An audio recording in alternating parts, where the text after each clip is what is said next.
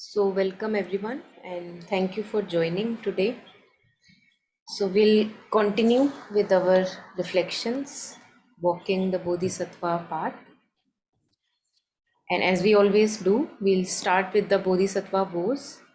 Vows, I don't know what is the right pronunciation. Taru would know. Taru, vows or vows? I think woes. I think it would be woe. Yeah. Yeah. Vow would be wow. Yes. Yeah. But both are self-explanatory, so feel free to Thank yeah you. go wild. So, anyone who feels ready, if you could just maybe read out these vows for us. I have just one suggestion. I think we all should read it, like maybe Together. each one by one also, or together, whatever you deem I think appropriate. one by one. Let's do it one by one. Sounds But good. at least one time, whoever is at least here, because when you say it, Yeah, yeah, okay. let's do it. Yeah. Why don't you start? Yeah, I'll start because I'm unmuted. May I be a guard for those who need protection, a guide for those on the path, a boat, a bridge, a raft for those who wish to cross the flood. May I be a lamp in the darkness, a resting place for the weary, a healing medicine for all who are sick, a vase of plenty, a tree of miracles, and for the boundless multitudes of living beings, may I bring sustenance and awakening, enduring like the earth and the sky until all beings are freed from sorrow, and all are awakened. Thank you. Thank you. So, anyone Babu? who wants to go next? Anyone who wants to go next? So, we'll just go ahead by reading one by one, just like Taru read. Please, Dia, you want to go ahead? Yeah. Yeah, Is please. this the same line? Okay. Yeah. It's the same. Yeah, these few lines, we are just going to read them one by one, all individually. Okay. May I be guard for those who need protection, a guide for those on the path, a boat, a raft, a bridge for those who wish to cross the flood. May I be a lamp in the darkness, a resting place for the weary, a healing medicine for all who are sick, a vase of plenty, a tree of miracles, and for the boundless multitudes of living beings. May I bring sustenance and awakening, enduring like the earth and sky, until all beings are freed from sorrow and all are awakened. Thank you, Dia. So, Ritu, Shweta, Sham, anyone who wants to go next? Yeah, I'll go next. Yeah, please. May I be a guard for those who need protection, a guide for those on the path, a boat, a raft, a bridge for those who wish to cross the flood. May I be a lamp in the darkness, a resting place for the weary, a healing medicine for all who are sick, a vase of plenty, a tree of miracles, and for the boundless multitudes of living beings. May I bring sustenance and awakening, enduring like the earth and sky, until all beings are freed from sorrow. So, just a quick question here. If I think that I am in darkness, or I am sad, or I mean, how can I be a lamp when I myself am in darkness? Hmm. Hmm. So the thing to reflect upon here is usually why are we in darkness? And we are in darkness because our focus is always my needs, my expectations, this unfulfilled wish, that unfulfilled demand. So that is the reason of our darkness. in virtually mostly all the cases. So when we are reciting these verses, if you can see, we are not wanting here to fulfill our own unfulfilled desires, expectations. So the focus from me being the center of the world, that gets shifted, and that actually takes care of the darkness that you are referring to. So since we all have light also within along with the darkness, but if we too much are tied and glued to me, my story, my unfulfilled needs, my this, my that, that makes us even more darker and incapable. And the moment it shifts the focus, then you see that, oh my God, I'm okay even with those unfulfilled desires and wishes that I had, and that was making me weaker and weaker. Now that I have stopped giving them attention, they have no power over me. So we all have the capacity to be the light. Yeah, Taru, you want to add on something? Yeah. You know how Rumi says that, when it's dark all around, look within, you may be the light. I think, I don't know whether it's our misfortune or a fortune that we cannot see our own light, right? Somebody could say, I'm so lazy. And for somebody else, that person could be the epitome of activeness, right? We are like just, so we don't know our own light.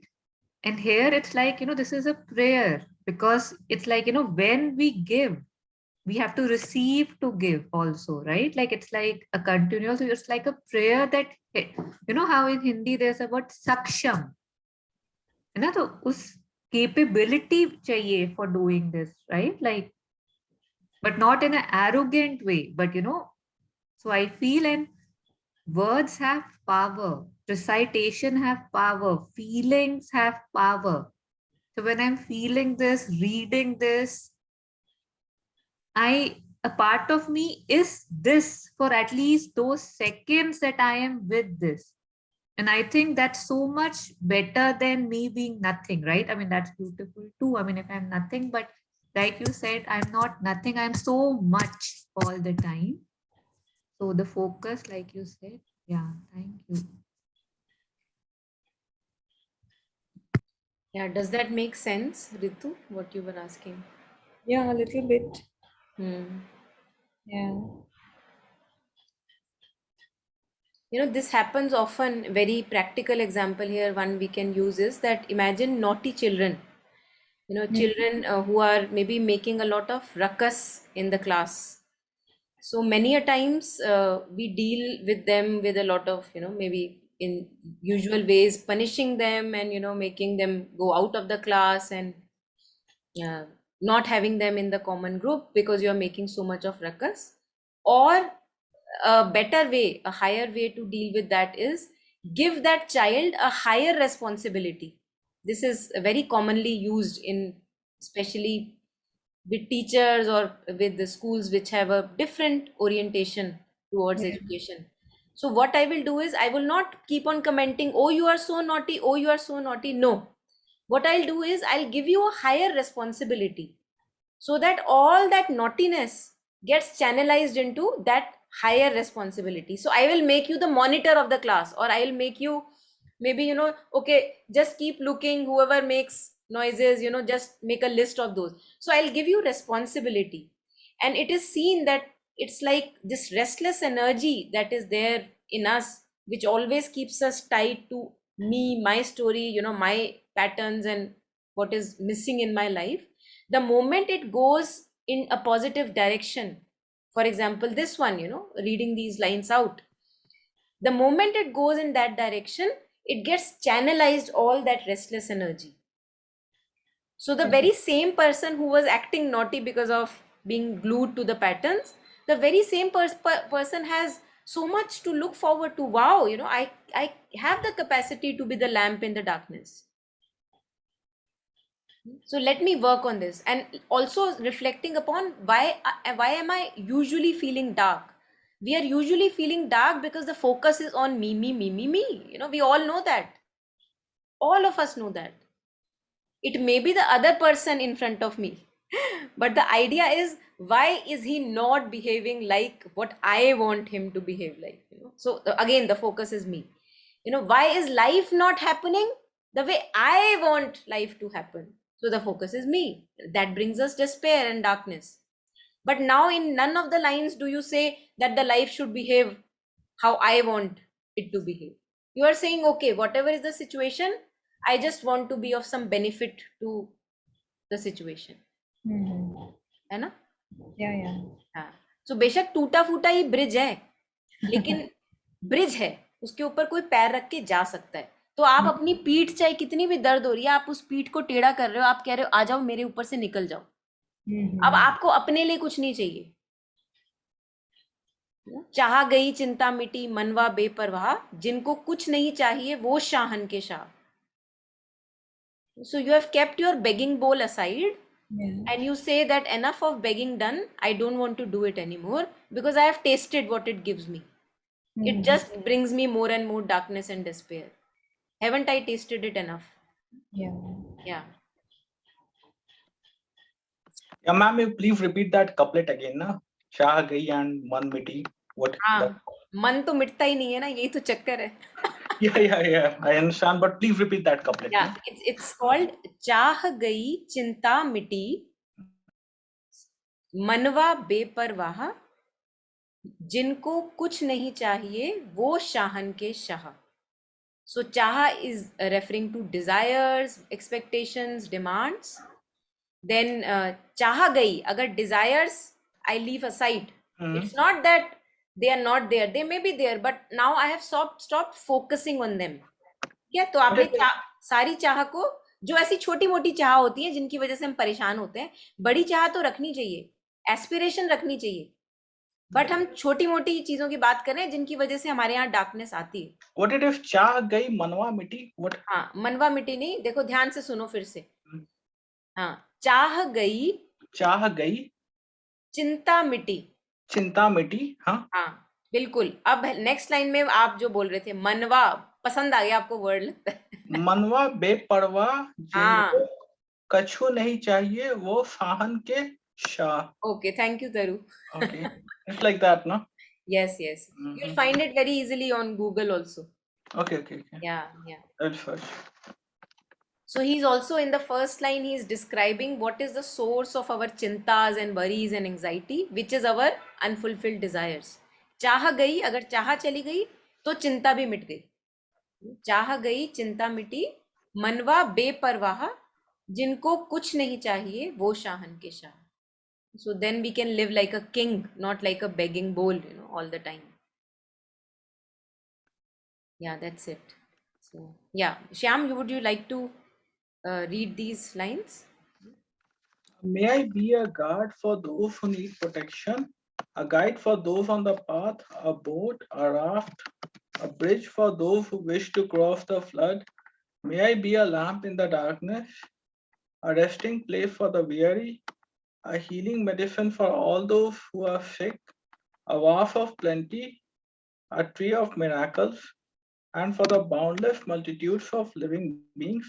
May I bring sustenance and awakening, enduring like the earth and the sky, until all beings are freed from sorrow.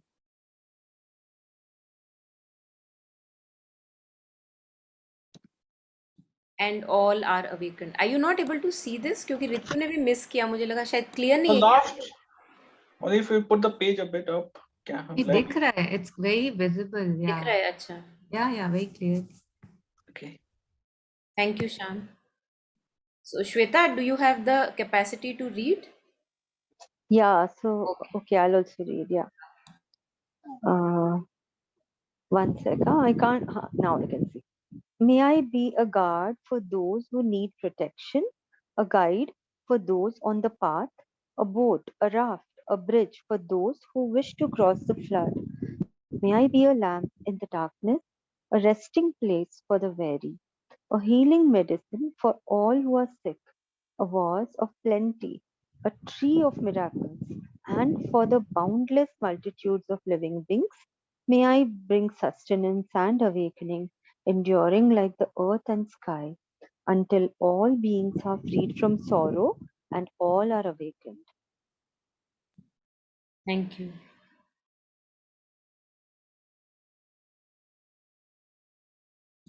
So, what we were in fact touching upon today's verse is on that only.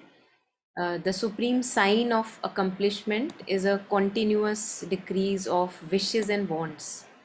So since we were talking about chah and the wishes. So, again, we'll just go through these verses once. So, maybe we'll do it in pieces. So one of us can read this much and then I'll highlight the other part.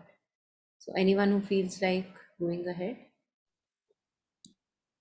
The supreme understanding is to realize the meaning of selfishness.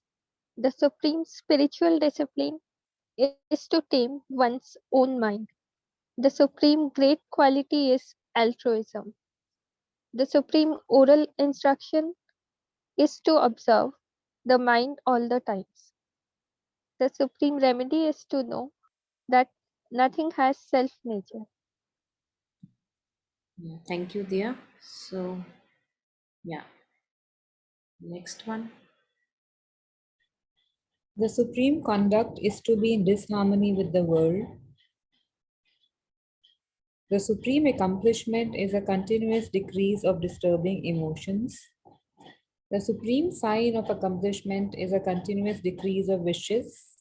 And I can't read. The supreme generosity is non-attachment. The supreme ethical conduct is to pacify one's mind. Thank you, Ritu. Is something wrong with my screen today? uh, I think maybe something wrong with my screen. आपका Last phone time I phone की couldn't. Screen है? No, it's a laptop. Last time also, last line I couldn't see at all. Oh, strange. Yeah, Yeah. sorry for that. Yeah, anyone who wants to go next? Yeah, I'll read. The supreme patience is to take the lowest place. The supreme effort is letting go of activity. The supreme concentration is not altering the mind. The supreme wisdom is to not grasp onto anything as the self. The supreme spiritual teacher is the one who exposes our hidden flaws, and I think it continues. Yeah, maybe you can read this one also. Yeah. And the supreme instruction is the one that helps us to strike at those flaws. Yeah, thank you. So when we are reading this, if only even half a verse they say that even half a verse is enough for a lifetime. We don't have to even imbibe all these verses. Only half a verse, knowing that our consciousness is so scattered, usually the mind is so scattered that many a times we may be just reading it, but nothing is as if going inside. So even if one or a half a verse goes inside, that really has enough power to purify. So just the last bit. Yes, anyone? Shall I? हाँ जी बिल्कुल. Sham, please go The ahead. supreme companions are mindfulness and alertness. The supreme inspiration is enemy hindrances, disease and suffering. The supreme method is to be natural. The supreme way of benefiting is to help others enter the dharma. The supreme benefit is a mind that turns towards the dharma. Thank you so much. So we're going to listen to the next teaching on this. Last time we were listening to things, teachings also by other teachers on the supreme accomplishment is a continuous decrease of disturbing emotions. And why accomplishment? Because as she was sharing that usually whenever we talk of powers and siddhis, we talk about, maybe this person has the magical power or some miraculous power, walking on water, or maybe flying, levitating, healing from far distance. So we take these as signs of accomplishment, while the true accomplishment according to these teachings is a continuous decrease of disturbing emotions. So I may have some or the other power or realization, but if I am not master of my mind, if anger, jealousy, ambition, greed, lust, all these sway me all the time, then it's no accomplishment at all. So that was the basic idea. And today, continuing with that theme, the supreme sign of accomplishment. So, a sign of any true realization. And this is not for us to check others, this is for us to check within ourselves, that, okay, if I want to test, have I grown in the past 5 years or not? 1 year, 1 day, doesn't matter. How do I test myself? So the supreme sign of accomplishment is a continuous decrease of wishes and wants, these desires that we were talking of. Chaha gayi, chinta miti. So we are going to listen something on this today. Yeah, anything before we start? Anyone wants to share anything?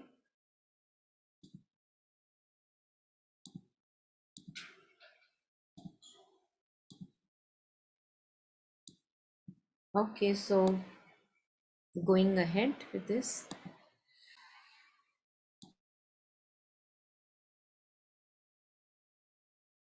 I would rather go through each point more slowly than just zap through them, and just in order to say we finished.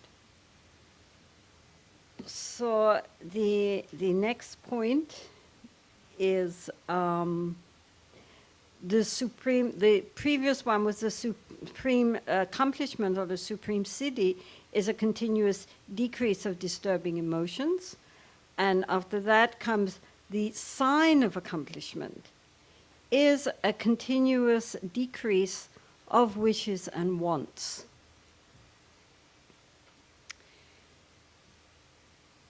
Now, according to Buddhism, there are, many of you may have seen the picture of the wheel of life, where samsara, the round of birth and death and rebirth, redeath, is pictured as a wheel and divided into segments in accordance with the various rebirths which one can have, starting from the hell realms, the hungry spirits, the animals, humans, asuras, the titans, and the gods. But at the hub of the wheel are three animals, each biting each other's tail, so that they're continually going around. And as we know, the hub of the wheel is what turns the whole wheel around. Take away the hub and the wheel won't turn. And so these animals represent, first, rather unfairly, the pig, who represents ignorance, despite being an intelligent animal. That represents ignorance, meaning ignorance not of, the capital of Guatemala or quantum physics, but the ignorance of who we truly are and the true nature of reality. We don't see things as they really are. And so this basic ignorance, which is based on the idea of an ego as being who we really are, our identity with our ego, because of that, automatically we reach out for what seems to be pleasurable, desirable, and we resist and push away that which seems to be painful or unpleasurable. So we do this automatically. You are sitting there, and at first it's all very comfortable, but after I've been going on for an hour and a half, you'll all be shifting around, avoiding pain and seeking comfort. We do it all the time. And so this basic attraction towards pleasure and avoidance towards pain is underlined by our craving, our desires, our negative desires. Of course, there is the desire for enlightenment, there is the desire to serve others, but it doesn't mean that kind of desire. It means negative wants and wishes and endless craving. And then on the opposite side, the avoidance, the aversion gives rise to anger, irritation, frustration, rage, and so forth. So the Buddha said that although anger, those actions of body, speech, and mind based on the root of anger or aversion are much, much more karmically negative, nonetheless, anger and aversion is relatively easy to eradicate compared with the root of craving, greed. And we can see why. Anger, aversion, irritation, frustration, depression, they make us feel bad. And the mind feels unhappy.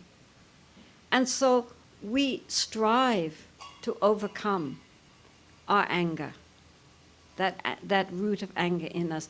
All over the world, east or west, people ask, how can I overcome my anger? Very few people ever ask, how can I overcome my greed? Why? Because our greeds, if satisfied, we regard as a source of happiness.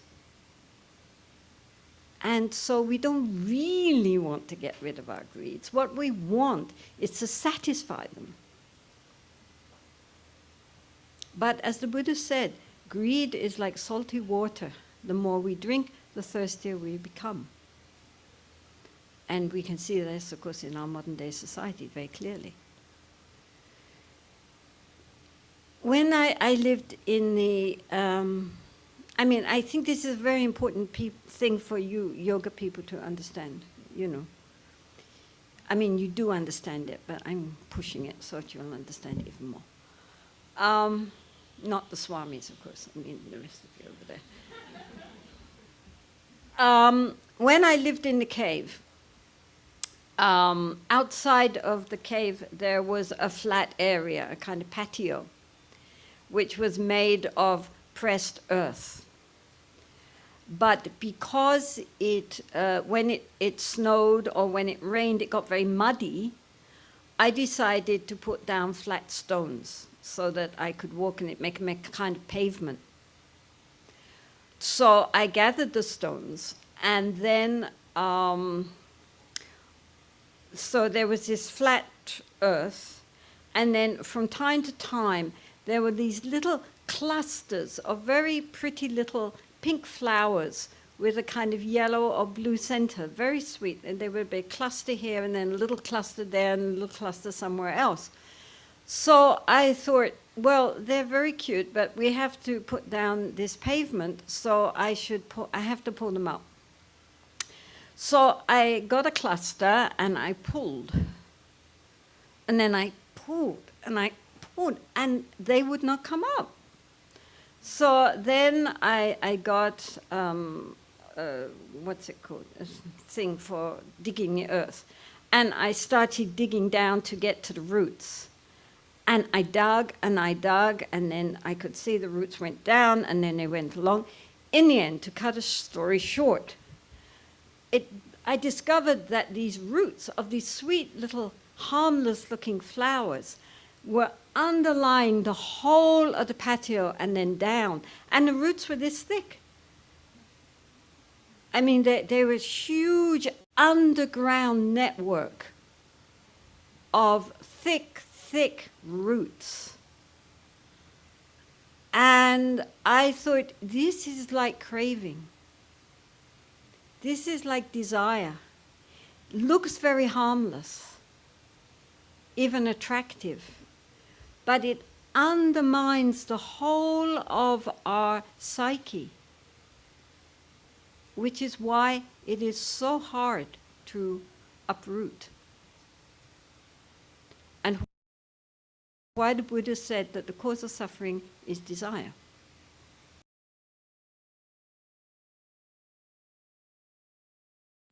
So I think really very rich a few lines have been said. So let us take 2 minutes in silence to just reflect upon whatever resonated with us.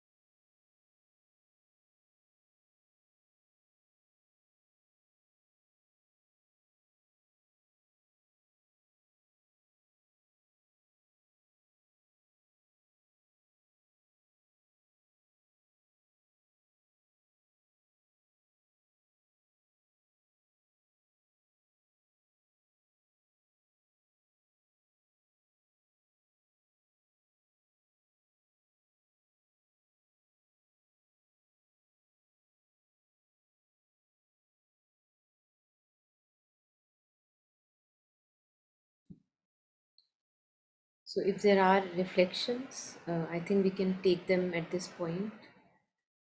It's a good point to pause.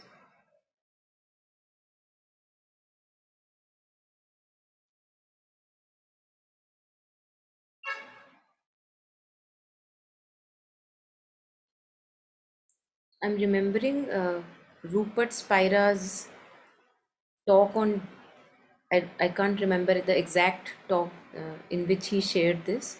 So he created a very beautiful image which really resonated when I was listening to it. So he said that when we are desiring for something, like restless, that there is an agitation within, that if I don't get this, I can't be happy. So, you're desiring, desiring, desiring.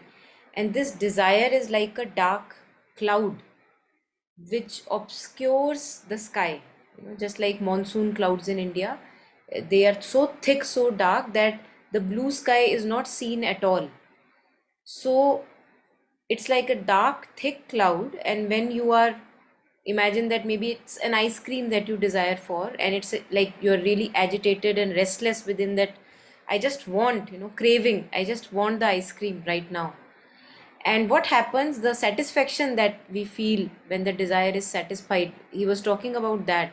So the moment I am having the ice cream, now that I was desiring for it a lot, and it's now in my mouth and I'm now relaxed, so he said that in that moment, not the exact words, in that moment when I am satisfying my desire, we think that I feel the happiness because of the object of desire, like ice cream.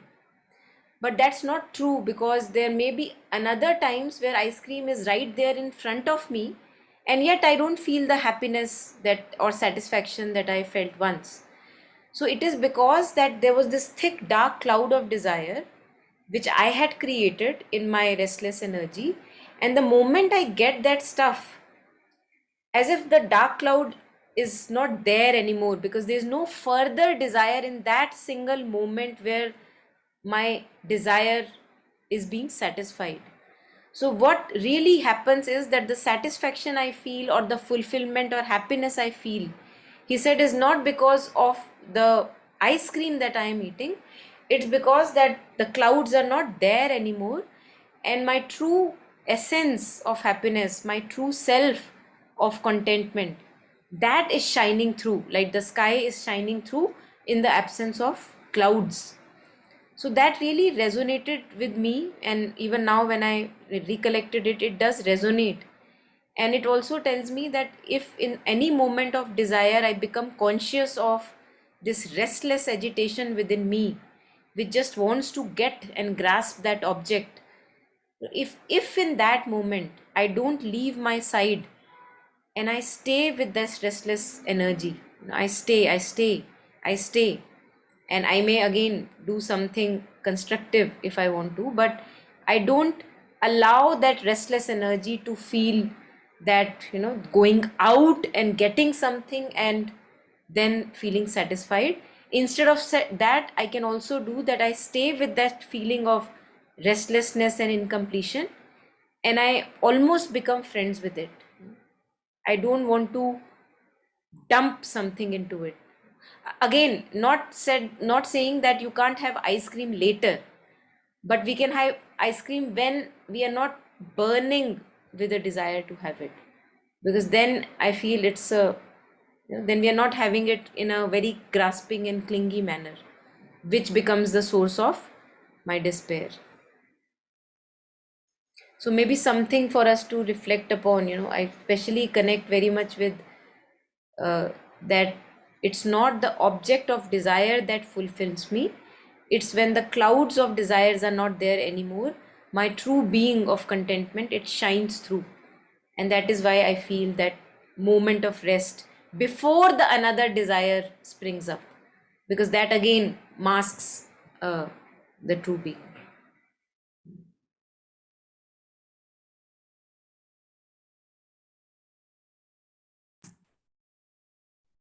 This thing especially related to food, like what you shared about, greed. I see that in myself too. That somewhere, in the undercurrent, like if I'm aware, like when I'm eating and if it's tasting good enough, there's something that develops from within, that I have to. And sadly, because of that, I don't enjoy what I'm eating, because then there's something in me which wants to consume it fast. I mean, it might be sounding weird, but again, it came out of after of a lot of being present, that, oh, this is what, it's like I used to chew fast. So I was just trying to backtrack that why do I chew fast? So then I started seeing this cycle, that although I say that, I can eat anything, I mean, I do, as in, and yet up the root of it is somewhere like that, okay, I want to consume. And I found it very weird that as a result, I'm eating fast and not enjoying what I could have enjoyed because of the desire. So I think very similar to what you were, I think absolutely on the same lines. If we observe, we start doing it. And even, the Upanishads, they say it very clearly that it's not the desire that gives you the satisfaction, it's the space between one desire and the other. And imagine that you have the capacity to be in that space all the time. It's how wonderful is that. And one last thing that I could, think when I was listening was that, how she says that we want to get rid of the so-called negative emotions. I think that's really strong, right? Anger. I mean, I don't, you stop 100 people on the street. I would say maybe at least 90, 95. I mean, I could be wrong, would say that yes, I get angry and I don't want to, because the effect of it is so blatantly loud that we see it. And yet it's surprising that I am not yet able to see the effects of my desires, because they are also loud, but they kind of again are hidden behind veils, that it feels that at least I got something out of it. But what is that something giving me? What has the something given me? मतलब what अभी तक मुझे ऐसा क्या मिला है जिसने मुझे पूरा किया हो? I think that questioning again and again, every time I have a desire, especially the ones for which, I have to change courses of my life. If I have to, work extra hard, I have to get this, I have to get that. This question that what has any completion so far has given me, can I sit with that for 2 minutes? Because everything I've got is momentary, just leading me to the next desire. And my father's friend, he used to write poetry, and he had written a very beautiful verse. I'd shared it once before. It was on desire. So it was, I don't know the exact thing. So चट्टानों से जब टकराता है समुंदर का शबाब, तब दूर तक मौजों की रोने की सदा आती है, दर हकीकत वो हर एक टूटी हुई बिखरी हुई मौज एक नई मौज के पलटने में बदल जाती है. As in, even, when I'm crying in pain, that my desire was not met, now I'm broken and lost. The nature of desire is such that even if it breaks, it doesn't become nothing. It becomes into more desire. And so, I mean, yeah, however we can interpret it. Yeah, thank you.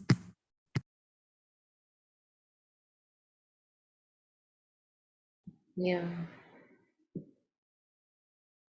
And what she was just adding on, that Buddha said, and not only Buddha said, we experience it in our lives, that attachment is the source of suffering.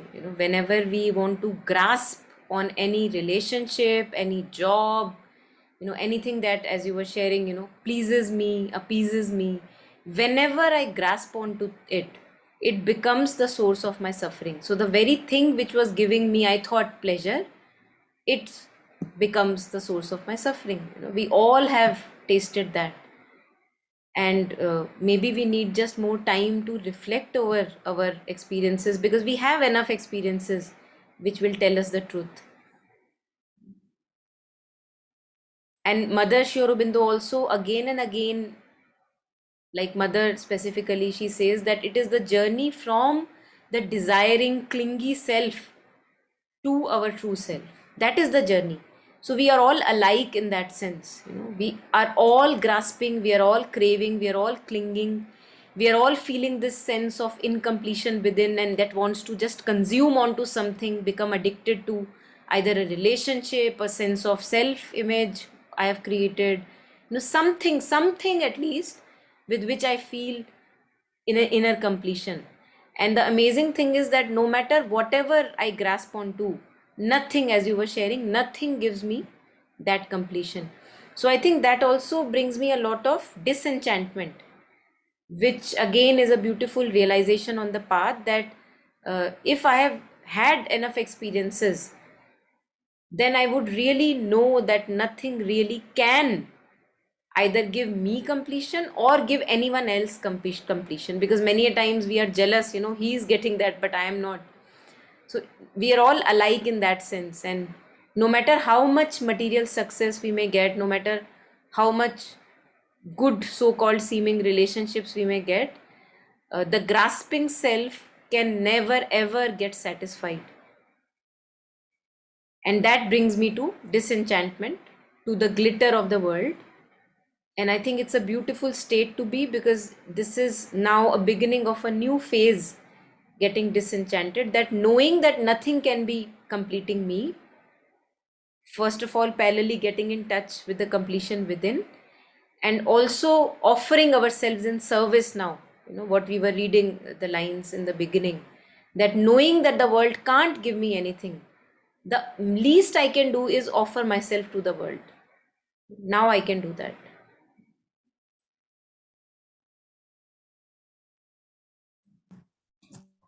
I know enough is said, but this is a topic that one cannot say enough.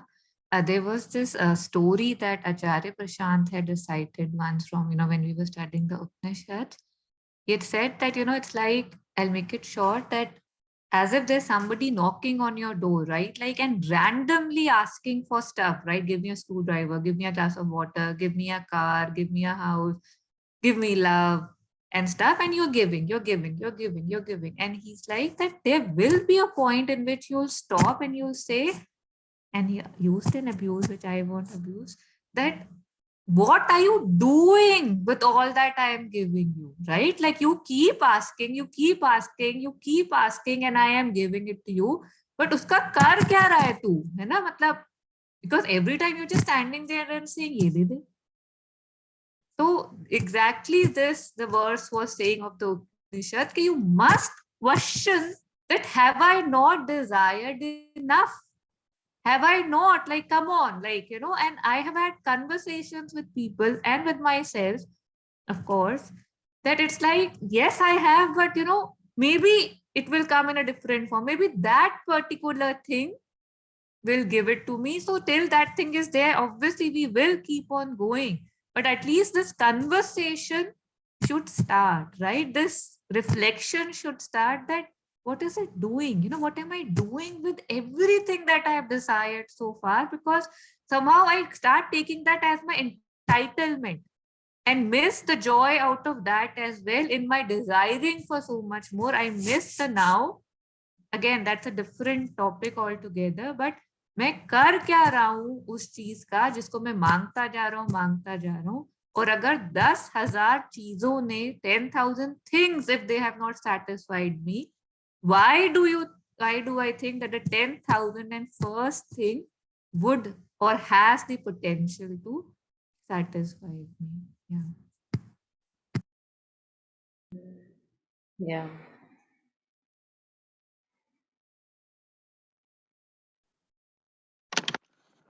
Yes, Shyam.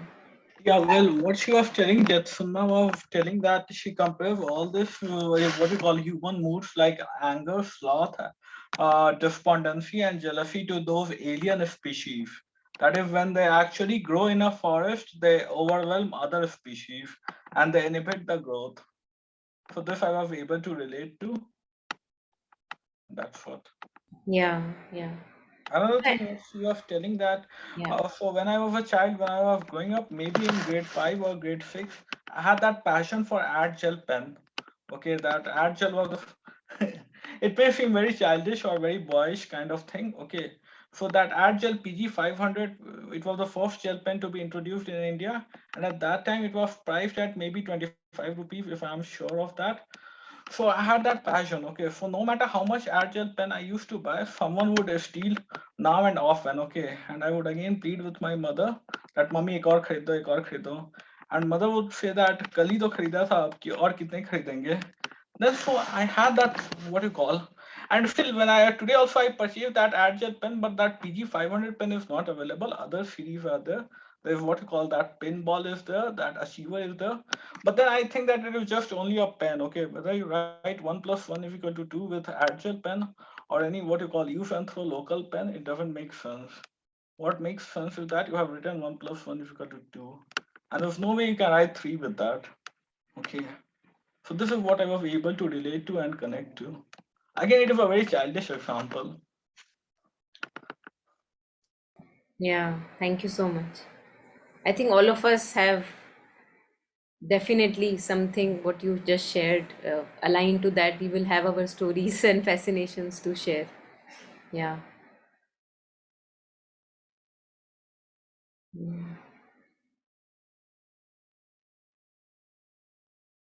I think, but we all need our explorations, because before explorations, we don't get convinced about the path.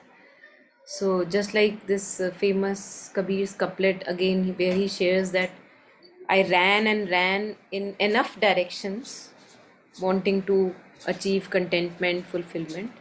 But when the mind settled down, दौड़त दौड़िया जहाँ लगी मन की दौड़. So wherever the mind wanted to wander around, that here I will find it, there I will find it, this perfect thing will give me that which I am looking for.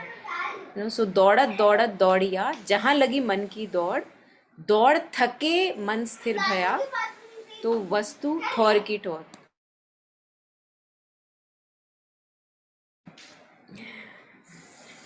So he says that when I got tired of running around wherever my mind was taking me, only then I realized that what I was looking for was always present with me. So I think we need somehow, in the state of ignorance that we need all our experiences, unless we take out time to reflect upon them and get convinced that, as Taru was sharing, that haven't I ran enough, and what has my running given me, any completion so far. So good to from time to time reflect upon our disappointments in life and actually get disappointed. I think that the problem is that we don't truly get disappointed. Because if we truly get disappointed that nothing outward can give me completion, then I can begin a true different life. But we are not easy losers. So we keep on continuing to have hope. And the amazing thing is that in many cases, we are so stubborn that the hope is always from one or the other source. I think this is also very remarkable that we have in our lives. That no matter how many times I may have gotten disappointed from the same source of happiness, I still have hope that someday this person will change, someday my relationship will change and I will get it out of him or her. So we don't give up that easily. And I think if this same stubbornness that we have is just turned inward, that we don't give up, I'll find the Godhead within, I'll find my divine presence within and live it out. The same stubbornness can be very, very helpful. So it's not the stubbornness that is the problem, it's just that we use it at places which, I don't know, don't work really for us, and they don't work for anyone. Yeah. So I'll just maybe we can continue with a little bit more of this, and then we can see what to do.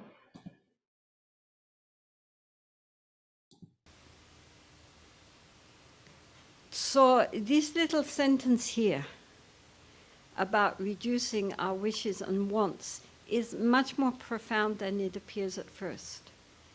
and is why I think Atisha said that it is the supreme sign of really getting somewhere spiritually, is when our desires, here again I repeat, when we say desire, we don't mean all desire. The desire for walking the path, the desire for practice, the desire for enlightenment, the desire to benefit others. This is actually in Sanskrit and in Tibetan, it's a different word. And it doesn't mean that desire, right? Not a wholesome desire. This means unwholesome desire. And this unwholesome desire permeates our psyche. Right from the start, you see it with little babies, and it goes on and on and on. So therefore, a sign that maybe something is percolating through is the fact that we naturally, not through suppression, but naturally have fewer wants and wishes. The idea of renunciation is a very important one on the spiritual path. All religions emphasize, well, almost all religions, almost all religions emphasize the need for renunciation. And so we also, I feel, need to understand what it means. In Tibetan, it's the word ngechung, which means to really go forth, to really emerge from something. And sometimes when one says the word, I mean, there are certain words which are like triggers for many people in the West because of the way it's, the associations. One is renunciation, another is surrender, and so forth, and immediately. But to my mind, renunciation is not something which is painful. Because if we give up something which we really, really are attached to, maybe we haven't really renounced it. Although I have to say, the great renunciation of my life when I became a Buddhist as a teenager was Elvis Presley. That was a renunciation, I have to admit.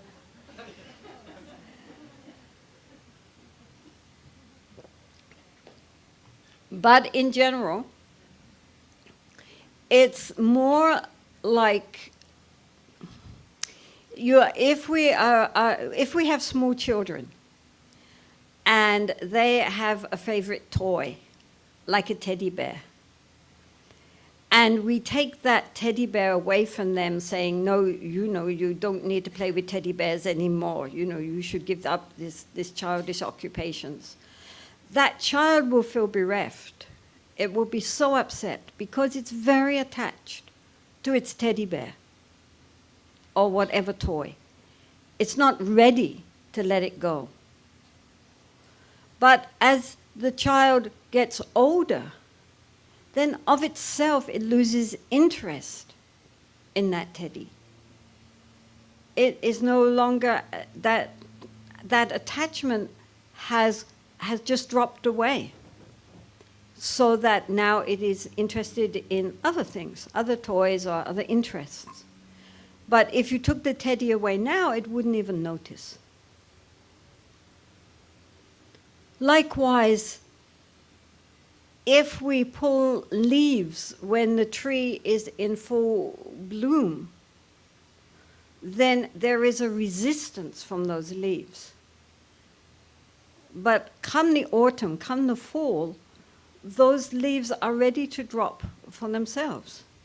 It doesn't cause pain to the tree. The tree has outgrown those leaves. It's going to be quiet and then grow new leaves. And so likewise, our renunciation should be a matter of internal growth. The Buddha called us ordinary people the childish. And the whole path was about maturing, about growing up. Because, you know, if you have small children, I mean, all of those who are parents, they know. If a child gets what it wants, it's happy, happy, happy. And if it is in any way thwarted or frustrated, then it is enraged, so upset, so absolutely showering of tears. But we know this is just a child. Children are like that. They cannot manage their emotions. It's natural for a child to be happy when something goes right and be totally distressed when something goes wrong. Fine. But the problem is that meantime, we grow up, we get older, outwardly, we mature and then age, but inside, we are still infants. Something happens which pleases us, happy, happy, happy. Something goes wrong, inside, outside, of course, you have to be calm. So the point is that we have to really look at our minds to see not only how we are in a beautiful environment when everyone is friendly and kind and everything goes how we would wish it to go, but how we respond in difficult situations also. We'll do this later in the text if we get to it.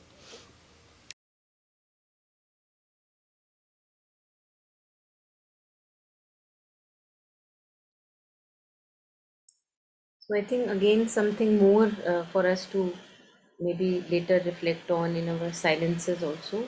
This idea of renunciation. What is true renunciation? And I just happened to come across some words of Sri Aurobindo on true renunciation or true sacrifice. And what he says is really very beautiful. I'll just read it out because it adds on to what was being said. So he's talking about a true sacrifice, and this is what he shares.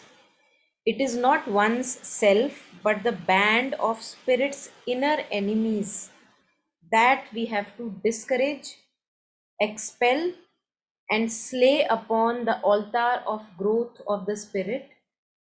These can be ruthlessly excised.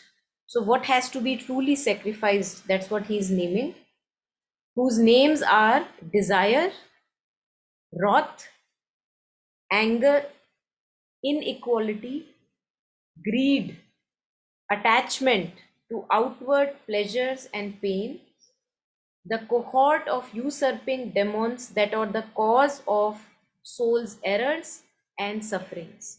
So he's talking about what really to sacrifice if we want to sacrifice something, to sacrifice our desire, anger, inequality, greed, grasping, attachment, which is the cause of soul's suffering. That is what is to be, because they are alien to our nature. What Sham was reiterating upon in the earlier half, that they are alien to our nature, and that is why they are called disturbing emotions, because they make us agitated and restless, and they are not natural to our true self. Mother also says that we pick up from outside these things, and that's why we feel so disturbed. So then he further says on sacrifice that what we need is a transformation of our natural human parts into divine members, and not a self torture, but a passage from a lesser satisfaction to a greater ananda. Because when we are able to sacrifice all these, then it leads us to a greater ananda. And so a greater ananda is not found in fulfilling one by one all the desires, but stepping back from the desires once we had enough, and staying with ourselves, with whatever is coming and going. That brings us true satisfaction. Yeah, so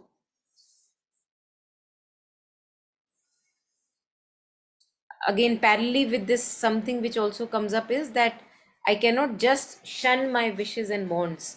Parallelly, I think in the beginning, Taru was pointing out at that if we are rooting out ourselves continuously in the present moment, then we see that there are so many things that we have to be grateful for. They're already there, they're existing, we can be thankful for that, and we don't have to run after all those, hallucinatory things that we are running after and making ourselves agitated, if we have done that enough, because we need to get convinced before we embark upon this.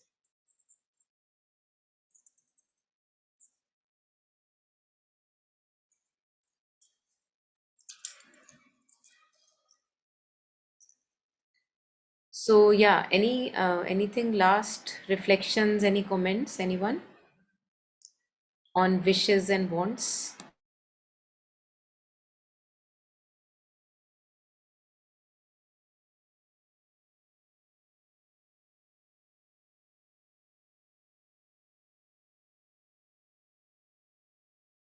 And I think for the true renunciation to happen, again, the couplet earlier that we were sharing, दौड़त दौड़त दौड़िया जहाँ लगी मन की दौड़, दौड़ थके मन स्थिर भया तो वस्तु ठौर की ठौर. I think that is true renunciation, what Jetsunma was sharing, that now I don't need the teddy bear anymore. I don't even feel any interest or inclination to go after it. But that only happens once I mature through life's experiences. But many a times it happens that we don't take out time for reflection, and although life's experiences are happening, but no ripening is happening. So even at 80-year-old, I'm just, what she was sharing, just a child, disappointed at if my wish is not granted, and very happy if people act according to the way I want. Nothing has changed inwardly.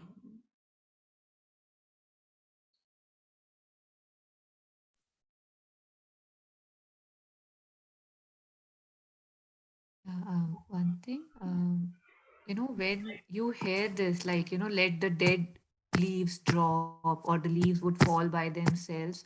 Sometimes I feel that then you think that then I don't need to make any effort. है ना, जो हो रहा है हो जाएगा, जैसे होना है, whenever it's meant to happen, it will happen. But I think that also is a stage, right? Like if something right now I know I can see is causing me harm, is making me go astray, even if it takes effort from my side, even if it feels like I'm trying to pull at something which is not yet ready, if I can see it, I must do it till it comes in the sense, this can also be a passive acceptance, right? That one can just fall into this thing that let it be, everything is a happening. But I cannot discount my effort, my sincerity, because otherwise that natural happening would not happen. And another visual, that came to me when you were discussing about, what Sham said about that alien thing, when it's put in me, it's just that because, right now, say I'm a jar of, say, maybe I'm a small mixie, right? And if you put a spoon in me, I might break, right? So you shouldn't put a spoon in me. But if I put a spoon in, say, a crusher that crushes stones, it can crush 2,000 spoons, 2 million spoons, doesn't matter, right? So again, what right now seems alien, just because I don't know how to handle, could, it just depends on the kind of how much importance I am giving something.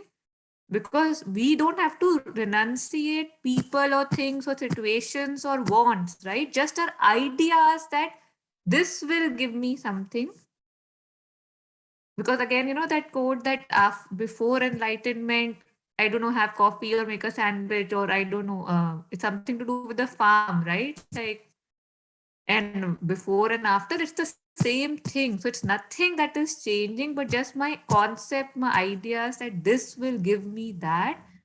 उसको बस देखना है कि नहीं दे रहा है, नहीं दे रहा है, नहीं दे रहा है, science. And अगर दिया होता तो किसी को तो दिया होता. You know, like if there are, I don't know, 3 billion people, one of them would have said, in a regular world, I'm not talking about a Buddha or a Nanak, he would not even say anything.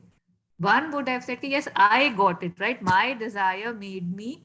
So this. Because when we look at the lives of even business tycoons, right, they share that how much insecurity, how much competition they were kind of burning with. And yeah, just amazing to, yeah, I am done. Thank you. Yeah. Well, I very well connect with what she was telling, that in Dale Carnegie, in one of his books, he says that he quotes that biblical verse that have no anxiety for tomorrow, for the morrow will take care of itself.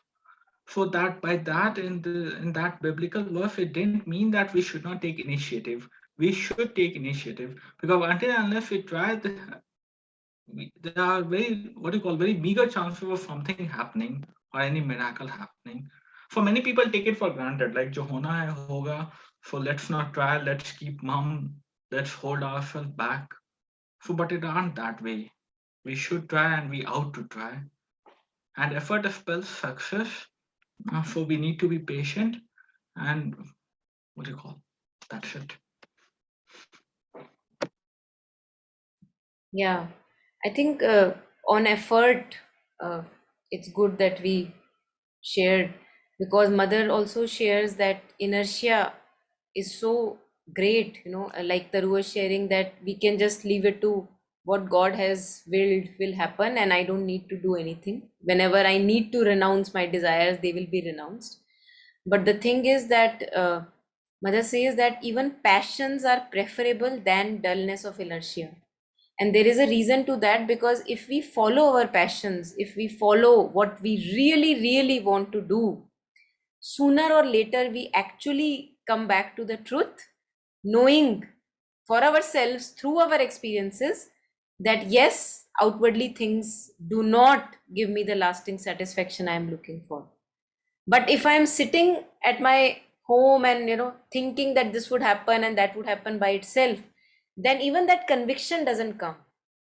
So good for me to bang my head on the wall here and there first, doda doda dodia. That dorna is good. It's very auspicious, because only through those experiences and associated reflections, I realize that no, yeah, that's true. I don't get it anywhere, at least so far, and I do want to do something different. I do want to shift this attitude of operating from a sense of begging, lack all the time. Yeah. So again, just recollecting, since the verse was the supreme sign of accomplishment is continuing decrease of wishes and wants. So very well, I think Jetsunma was again and again reiterating for us that it's not the aspirations to progress or benefit others that we have to drop. What we have to drop is knowingly that we are operating from this sense of lack all the time, and hence wanting to almost addictively complete ourselves to through some relationship, some money, some power, something or the other will come in my life which will complete me. So to continue to reflect upon that has that happened so far, has it, as you were sharing, that has that happened with anyone, and not assuming that it has happened with that person, actually going and talking to that person, that yeah, anything outward has brought you enlightenment, or sorry, fulfillment. So checking it out for ourselves, the facts.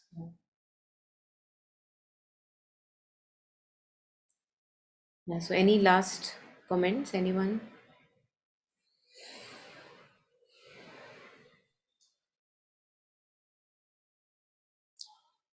Okay, so I'm assuming nothing at the moment.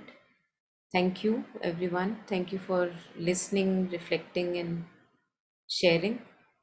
And may we all continue being grounded on this path, the forward journey.